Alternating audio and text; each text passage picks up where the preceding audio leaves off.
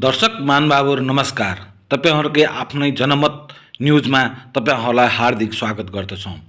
देशभरिका विभिन्न किसिमका घटनाहरूलाई समेटेर नयाँ अपडेट लिएर फेरि पनि तपाईहरु माझ उपस्थित भइसकेका छौं। कृपया हामीसँग रहनुहोला। कहाँबाट हेर्दै हुनुहुन्छ, के भन्न चाहनुहुन्छ, तपाईहरुका मनमा लागेका प्रतिक्रियाहरू छाड्न नबिर्सिनुहोला। समाचार सबै अत्यन्तै महत्त्वपूर्ण छन्। कृपया भिडियोलाई अन्तिमसम्म नेपाली कांग्रेसको विशेष महाधिवेशनबाट सहमन्त्री निर्वाचित कर्णबहादुर बुढा डोल्पाका प्रभावशाली नेता हुन्। उनलाई विशेष महाधिवेशनले पिछडिएको क्लस्टरबाट सहमन्त्री चयन गरेको हो। बुढा 2076 सालमा कांग्रेस प्रवेश गरेका थिए। यसअघि उनी राष्ट्रिय प्रजातन्त्र पार्टीका केन्द्रीय सदस्य थिए। उनी 2048 सालदेखि राप्रपामा लागेका थिए। उनी राप्रपामा 3 पटक निर्वाचित केन्द्रीय सदस्य र 1 पटक सहमन्त्री मनोनित भएका थिए। उनले राप्रपाबाटै 3 पटक प्रतिनिधि सभा चुनाव लडेका थिए, तर तिनै पटक पराजित भए। उनी 2051 सालमा कांग्रेसकै बागी उम्मेदवार मोदी प्रसाद पहाडिएसँग पराजित भएका थिए। त्यसपछि 2056 सालमा एमालेका नरबहादुर बुढाथोकी र 2064 मा तत्कालीन माओवादीका रामबहादुर बोहरासँग पराजित भएका थिए। 2074 मा राप्रपाले थ्रेसहोल्ड नकटाएपछि राष्ट्रिय दल हुन सकेन। त्यसपछि आफूलाई पार्टीमा बसिरहन उपयुक्त नलागेको उनले बताए। खेलाडी हुँ, मैदान त चाहियो भनेर कांग्रेसतिर लागे। बुढाले बिहिबार सेतो पार्टीसँग भने। 2076 मा कांग्रेस प्रवेश गरेपछि उनी केन्द्रीय सदस्य मनोनित भएका थिए। 14औं महाधिवेशनबाट हृदयराम थानीलाई 1 मतान्तरले पराजित गर्दै बुढा केन्द्रीय सदस्य चयन भएका थिए।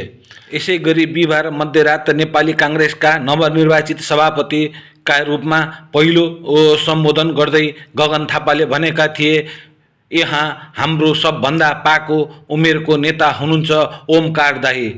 गगनले माइकबाट सम्बोधन गरेका ती नेता हुन् 86 वर्षीय ओमकार प्रसाद श्रेष्ठ। गत मक्सिर 10 गते कांग्रेस विशेष महाधिवेशन पक्षधरले काठमाडौँमा गरेको वृहत भेलाको अध्यक्षता उनैले गरेका थिए र उनैले भिरकुटी मण्डपमा आयोजित विशेष महाधिवेशनमा पहिलो दिनको बन्द सत्र पनि अध्यक्षता गरे।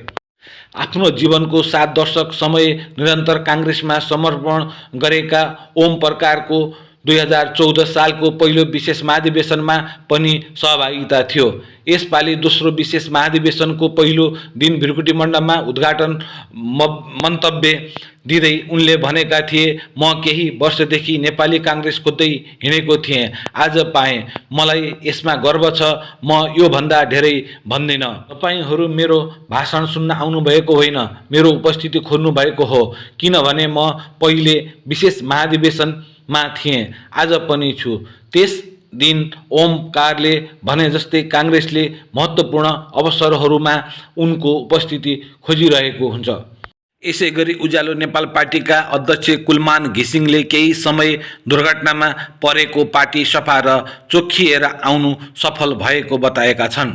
बिहिबार काठमाडौँमा राष्ट्रिय परिवर्तन पार्टी युनाइटेड जेनजी बीच एकता गर्दै घिसिङले केही समय अघि करिब 12 दिन आफूहरू दुर्घटनामा परेको भन्दै यसपछि चोखिएर आउन सफल भएको बताउनु भएको छ। त्यसैगरी जनता समाजवादी पार्टी जसपा नेपालको केन्द्रीय समन्वय समितिमा 5 जना सदस्य थप भएका छन्। लोकतान्त्रिक समाजवादी पार्टी लोसपासँग एकीकरण भएपछि बिहिबार पहिलोपटक बसेको केन्द्रीय समन्वय समितिको बैठकमा 5 जना सदस्य थप गर्ने निर्णय गरिएको हो।